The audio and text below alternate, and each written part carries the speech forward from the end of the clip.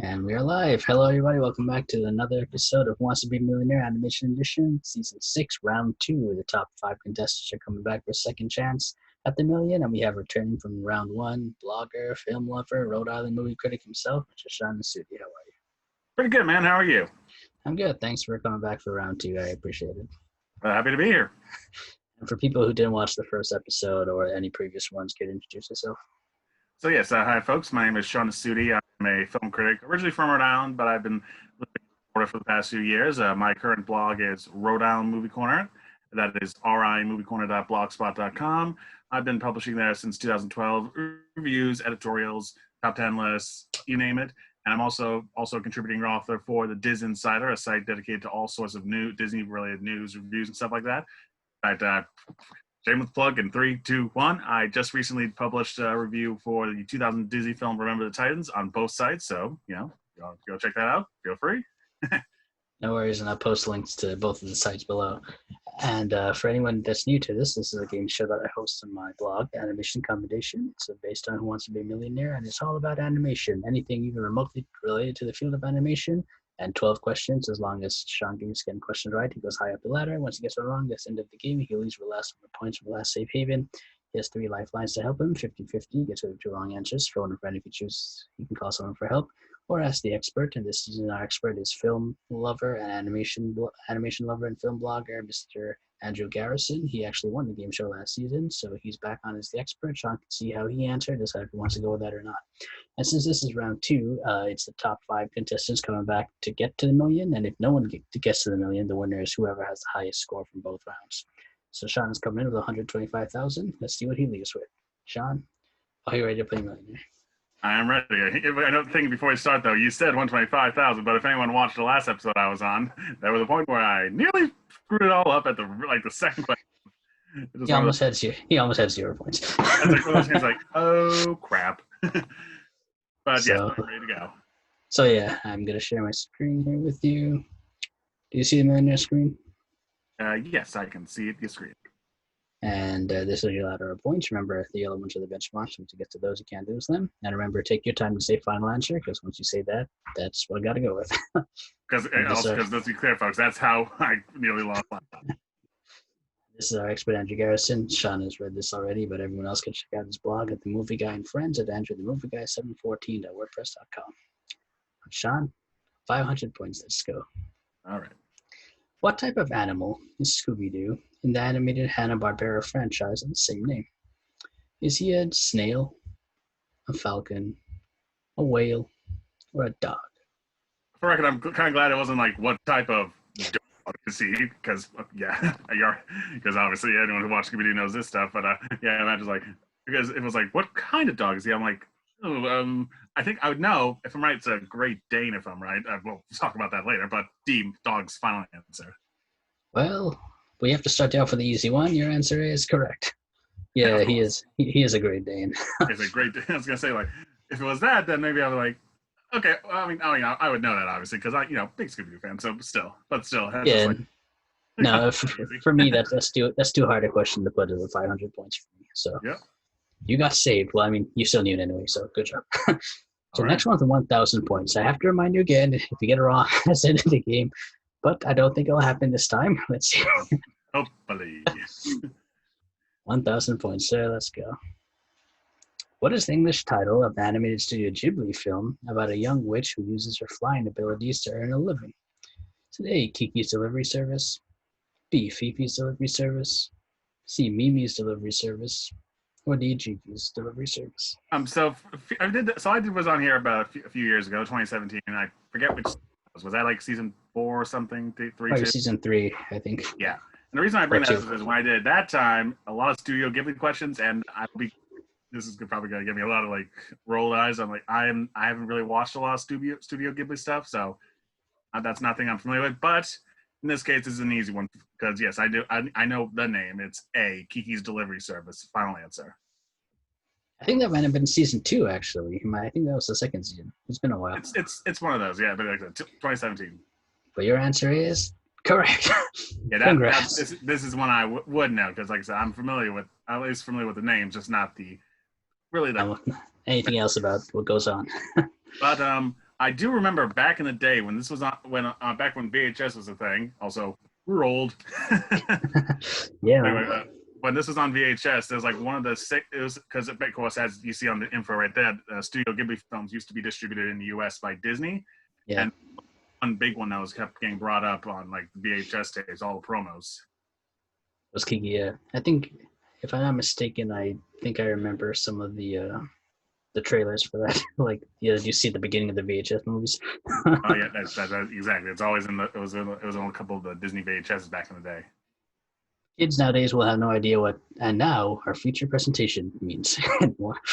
Vic and Murdy, we have a thing called VHSs. And don't get me started on Blockbuster. Let me tell you about them laser discs. That's my time even, so even that, but you know. Yeah, I never seen Laserdisc in real life either. So, Yeah. All right, Sean, you're doing great. You have 1,000, but we're gonna get you higher. 2,000 points. All right. What is an interesting feature of the 4-year-old title character Caillou of the animated television series of the same name from 1997 to 2010? A, he's over 6 foot tall. B, he's missing a leg. C, he doesn't have any hair. Or D, he's unable to speak. Just full disclaimer, man. I'm only seeing the Kiki's delivery service thing right now. Oh, you are? Oh, okay, here we go. Now it's over. Now it's here. It was Okay. for a second, but yes. But interesting feature of Caillou, and this one's another easy one. It is C. He does not have any hair. Is that your final answer? Yes. Okay. Well, you said it was easy. Your answer is wrong. No, it's right. Correct. Yes. Yeah, Caillou was. This was like after our time, I would say. So I didn't really like. I saw a couple episodes, but I didn't watch it religiously. So I was born in 1995, and I think after my time. If I'm right, I forget when it came out exactly. It was like early 2000s. So I was aware of it on PBS and whatnot, and I think I did see a couple episodes back in the day, but like I said, that was way back when. And nowadays, everything I hear is everyone's like, "Oh my god, it's the worst thing ever, man." I just kind of find it funny. Like that's just like one of those infamous cartoons, you know? Yeah. I never hated it. I found him annoying at times. Yeah, but I never hated the show. Yep. And I never understood why he didn't have any hair. I don't think anyone knows that. But anyway, Sean, good job. 5,000. Let's go. Who voices the villainous sorcerer Rasputin in the animated 1997 Don Bluth film Anastasia? Today, James Earl Jones. B. Vincent Price. C. Christopher Lloyd. Or D. Ian McKellen. Well, this is another pretty easy one. The answer is C. Christopher Lloyd. Final answer? Yes. You're going through these like that. Maybe I should have made the game harder. Your answer is... We did have a studio Ghibli question earlier, so, That's true. Congratulations. Christopher Lloyd is one of those guys I feel a lot of people don't realize how much voice work he's done. There's so many animated films and TV shows he's done voices in. There's ones like, obviously, Anastasia, which was a very popular film, like, amongst our generations. Yeah. If we talk about less than stellar films, I mean this no disregard to Christopher Lloyd, but he was in Food Fight. Yeah, to be fair, a lot of people were in Food Fight. Yeah, let's just say that it'd probably be better to remember for Anastasia than, I'm taking his character from Food Fight. Yeah. I think the first voice I heard him, the first thing I seen, the first animated film I've seen with him as a voice was DuckTales, the movie. He played the Murloc, the sorcerer. Sorry, you said DuckTales, I had to do the woo. Anyway, going back to Anastasia for a moment, like I said before, this is a very big popular film from our generations. So much so that it inspired a Broadway musical a few years ago. I admit I haven't really watched. I don't recall watching this one too much when I was younger, but obviously nowadays I'm very more familiar with it, and everything is inspired. You know what I mean? Yeah, I didn't grow up with Don Bluth films personally, so this one I actually saw later in my life. So I don't have any nostalgia to it. The closest Don Bluth thing I saw was Land Before Time, and even then it was more of the sequels, which we discussed last time I was on here, because that was one of the questions. Exactly. But you knew enough to get the answer right. That's all we need. 10,000 points. You haven't used a lifeline yet. Let's keep going.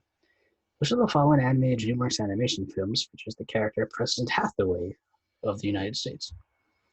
Is it A, Over the Hedge? B, Monsters vs. Aliens? C, Turbo? Or D, Home?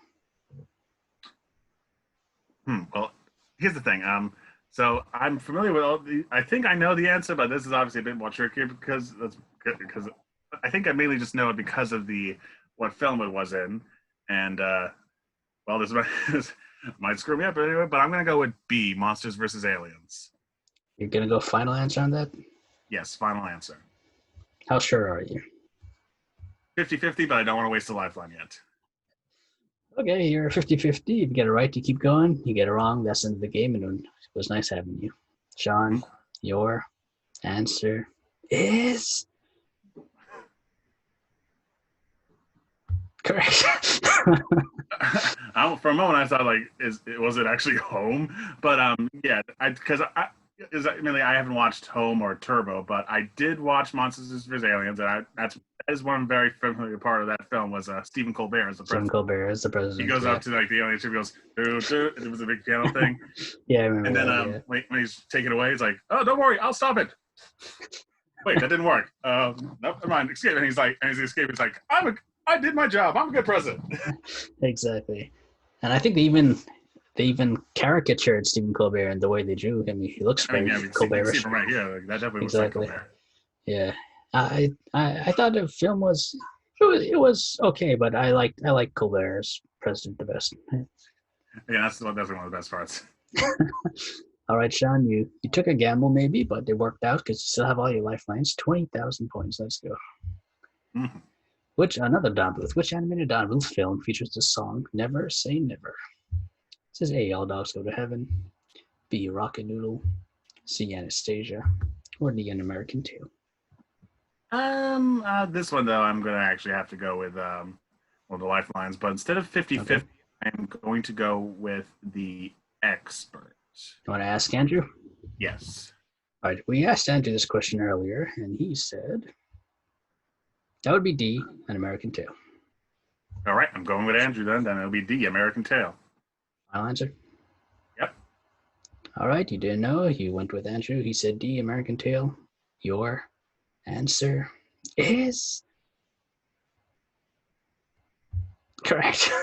Well, to reiterate, going off of what you said earlier about I didn't know. I mean, I probably would know because I do remember seeing American Tail back then, but just like Land Before Time and all the other Don Bluth stuff, that was like way back in the day so I haven't really watched any of those in a while. Yeah, so this song, from what I remember, it was sung by this pigeon here. It's a French pigeon voiced by Christopher Plummer, which was very interesting.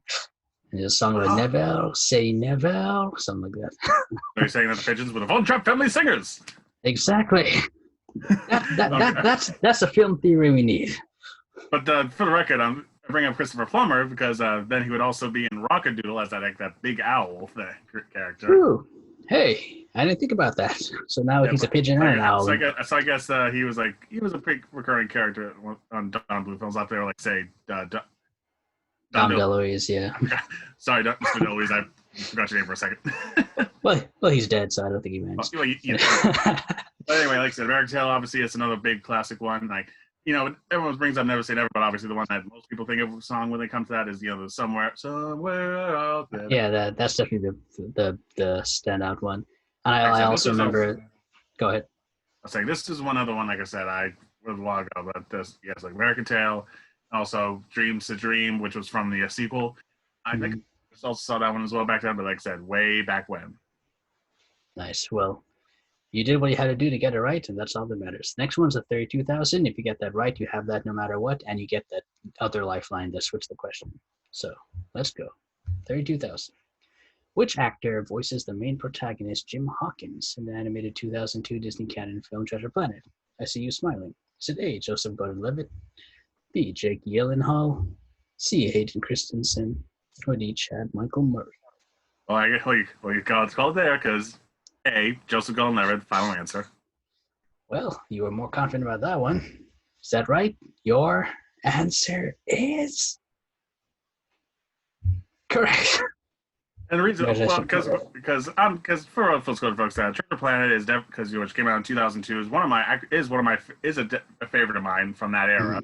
The let's say the Renaissance pre-revival era, which is what the eras. Sadly, Treasure Planet didn't do so well when it came out. I always say it was, I think, because they came out like just not too long after or before Harry Potter, so everyone was like, "Oh, Harry Potter," and that wouldn't actually be the first time that a Disney film had to face Winnie the Pooh in 2011, when it's like, "Oh, yeah." I was just gonna say that when they released Winnie the Pooh the same day as was it Deathly Hallows Part 2. It's like we're gonna release that the same weekend as the grand finale to one of the biggest franchises of the era. But what could possibly go wrong? Yeah, well, I mean, it didn't do. From what I recall, it didn't do that one. It didn't do too bad, but not as big. I think what helped it is that had a small budget. Yeah, that's it. But yeah, anyway, as for going back to Treasure Planet, sadly, it did not make its budget back, and it's sad because I think it's a really enjoyable movie. Like I said, it's if you didn't get from the title, it's like a sci-fi adaptation of Robert Louis Stevenson's Treasure Island. Disney had already adapted way back in the day as one of their first live action features, which is actually if I'm right, that's actually their first one, if I was right? It's their first fully live action, yeah. Yeah, so like I said, and so obviously, it's Treasure Island, but with the whole sci-fi themes and the ships fly, there's all like alien creatures. It's like I think it's a really fun adventure. Of course, we have Joseph Gordon-Levitt as Jim Hawkins, but you also just a really fun movie that I think people should check out. Obviously, anyone from my generation, a lot of people in my generation will probably remember it. Like, it depends on how they think about it, but I think it is it is the most underrated Disney film in my opinion.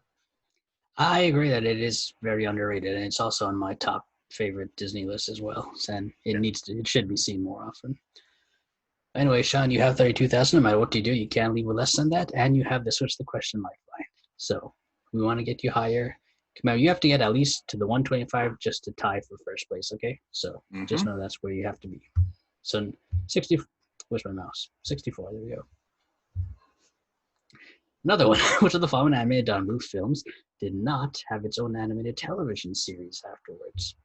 Is it A, The Secret of Nim, B, An American Tale, C, The Land Before Time, or D, I'll just go to heaven? You just have so much Don Bluth today. Again, like I said, I've seen quite a few of these, but that was way back in the day. So, give me a second. So which didn't have its own animated spin-off TV series? I might have to do the lifeline on this, but give me a second before I do. You take your time. I know Land Before Time has a series that was there for like 2007-ish or so when that started to go.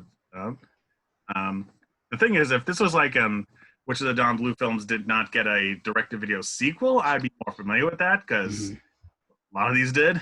Actually, I'm pretty sure all these did in this one right here. Did. Yeah. Secret of Nim did. Oh, yeah, all four of them did.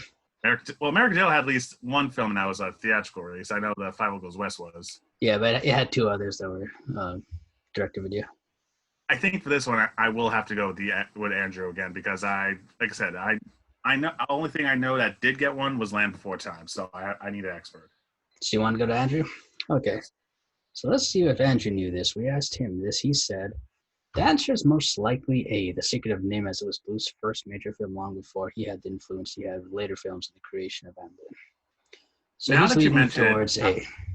Yeah, now that you mention it, that Secret of Nim, all I know that it got for follow-up was its direct-to-video sequel. So I'm going to go with Andrew again and say A, Secret of Nim, final answer. All right, you didn't know this one either. You went to Andrew. He's leaning towards A. Did you guys get it right? Your answer is correct. Congratulations. Once Andrew said it, I was like, yeah, you know what? Secret of Nim only got the direct-to-video sequel. Yeah, All Dogs Go to Heaven had a series, I think, in the early 90s or late 80s. And An American Tail, I was surprised to find out that also had a television series in the 80s. I just learned that right now. So yeah, so I never seen it before, but it did. Secret of Nim hasn't had one, at least not yet. We'll see what happens. I will admit though, Secret of Nim, I don't think this is one I think I've seen, but obviously I've heard everyone say that Secret of Nim is one of the best like non-Disney animated films ever made. It's like all-time classic. How effective it is with theming and atmosphere and whatnot. Yeah, I've only seen it once myself, but I need to rewatch it to see what I feel about it. And they don't say the same thing about the sequel, which decided, let's focus on the one character that didn't really do anything in the first movie. Make it out so like it looks like he's the hero. Then make his brother a bad guy voiced by Eric Idle, and does a crazy song, and yeah. Yeah, that's pretty much the sequel in a nutshell. That one I also haven't seen, but I've been familiar with it. All right, Sean, you had to use expert, but that's fine. Let's keep going. 125,000. Remember, if you get this right, you tie for the first place at the moment. Which of the following television sitcoms did not have an animated spin-off television series based on it?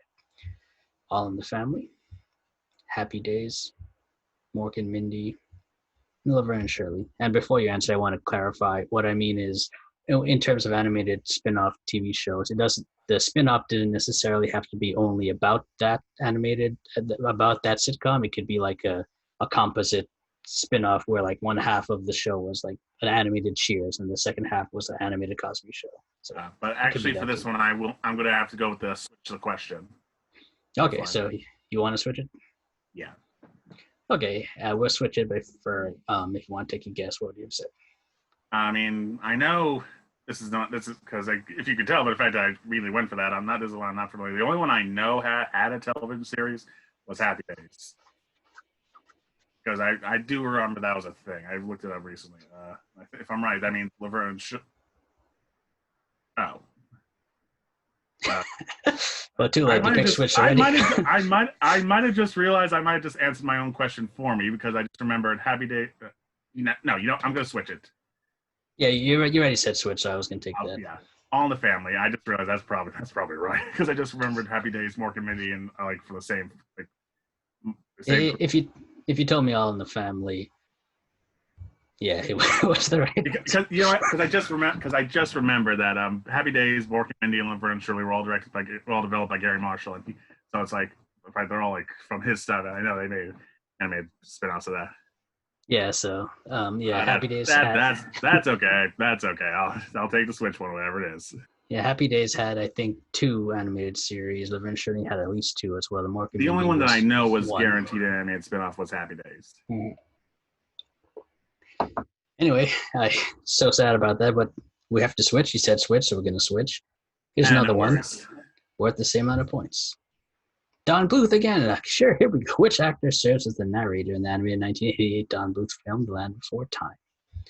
A. Lee Marvin, B. Dennis Weaver, C. Pat Hingle, or D. Fess Parker?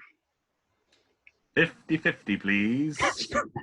Okay, we're going to get the 50-50. Let's give it 2 wrong answers for you. It's your last lifeline of the game. Dennis Weaver or Pat Hingle? And again, if you get this wrong, you can't win. So you might as well take a guess if you don't know. I'm going to go with C, Pat Hingle. Final answer? Yes. How sure are you? 50-50. Again, it worked out last time. Will it work this time? Your answer is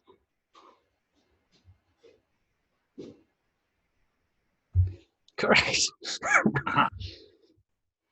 Congratulations. Yeah, Before Time, narrated by Commissioner Gordon. Exactly. Yeah, that's how I remember him too. Commissioner Gordon, first and foremost. The Tim Burton, Joel Schumacher. Yeah, not the Nolan Batman. You're saying Land Before Time was narrated by Gary Oldman? How old was he? Simmons, if we're talking about current, then, and then Jeffrey Wright, if we're talking about the newest one. Well, Michael Caine came back as Alfred. All right. So right now you have a total of 250,000 points, and so you're tied for the first place. So here's the deal: if you win by getting the million, you get a $50 Amazon gift card. If you win by having the most points, you get a $25 Amazon gift card. So that's where it is right now. So once you get a question wrong, you can't win. So if you want to walk away at a higher number, feel free, or if you want to just keep going to 1 million, feel free. So it's up to you to decide. All right. So basically what you're saying is that the walk-away option is now available, right? Oh yeah, the walk-away is available. Yes. All right. But just remember that there's 2 more contestants after you, and they already have 250,000. So if you walk away now with 250, most likely they'll pass that. So you want to get this one right at least. Okay. 250, and you don't have any lifelines, but I got faith in you, Sean. Yep. Let's go. Which British actor served as the narrator for the animated 2000 Disney Studios film, The Tigger Movie? Timothy Dalton, Charles Dance, Patrick Stewart, or John Hurt? John Hurt, D. Final answer. I knew this one. As soon as I saw it, yes, I know this one. How did you know that? Well, first I'll tell you your answer's correct. Congratulations. Okay, so first, well, okay, I admit I have not watched a Take a movie in a couple of years, actually, but I'm a big. I've said before, if I haven't said before on this, I'm a big Winnie the Pooh guy, Mm-hmm. and watched all the stuff in that back when I was growing up, mainly the New Adventures of Winnie the Pooh, and I do remember seeing the Take a movie, which is actually one of my very first. Is one of my earliest memories of going to the movie theater. Mm. Except, I mean, like I said, I haven't watched it in a while, but I knew it was. That's when I knew right off the bat. I was like, John Hurt, got it. Yeah, I saw how excited you got at that question, so I'm glad like, you got that yes, right. I know that one. So now's a good time to walk away if you feel like it, but it's up to you. 500,000. You're only one away from the million. Here the highest I've gone on this since I've been here yet. True. Which of the following is not the title of a revival or spin-off series of the animated Hanna-Barbera television series The Flintstones from 1960 1960? Which is not one of the titles. The Pebbles and Bam Bam Show, The New Fred and Barney Show, The Flintstone Comedy Show, or Meet the Flintstones? Okay, so I know the Flintstones, but I know it's not A because that was a spinoff. I know that. I know that for sure.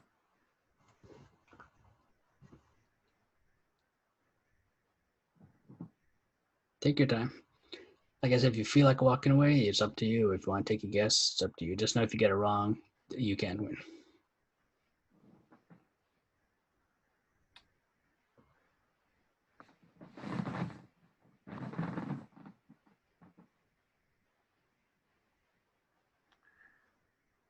All right, so.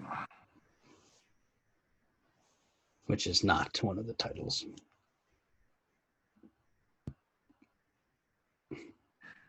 It's B, C, or D.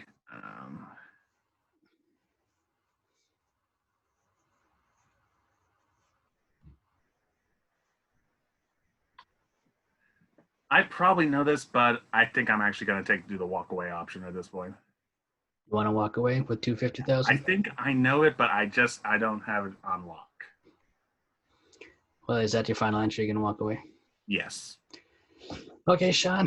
Congratulations. You walk away at 250,000. So a total of 250 plus 125 is what? 375,000 points from both rounds. So right now you're in the lead, unless one of the other two contestants passed that mark. But if you're going to take a guess here, what do you say? Either B or D. Well, the answer I'll tell you was D. Meet the Flintstones. Okay, and the reason why I didn't think that was definitely considered because I feel like Meet the Flintstones would have been redundant because if it's a spinoff, you don't need to meet the Flintstones. We already met the Flintstones. Yeah, I never thought about it that way, but yeah, that's these are title cards from the three different shows. The only one that I knew was guaranteed was the Pebbles and Bam Bam Show because I do remember that one. And I don't know if you remember the Flintstone, the kid version. They had a kid version in the '90s, Flintstone Kids, I think it was called. If that was one of the hits, maybe I would have needed to. I'm like, okay, so I know that one's there, and I knew that one's there, but anyway, you played amazingly, and this is the furthest like you said you've ever been. So, congratulations! Like I said, in terms of points, right now you're in the lead. There's still two more contestants after you, so we'll see what happens with them. But until I'll let you keep you updated. And before we go, is there anything you want to say, or how can people find you? Nothing really much to add. I already said it back in the intro. My blog is Rhode Island Movie Corner, RIMoviecorner.blogspot.com. And also I contribute articles to the Diz Insider, so feel free to check out both sites for news, reviews, editorials, top 10 lists, all that good stuff. Awesome, and I'll put links to those below. And for anyone else watching, Sean is currently in the lead, but we have two more contestants to go for this series. Will one of them take over? Who knows? Stay tuned. Bye.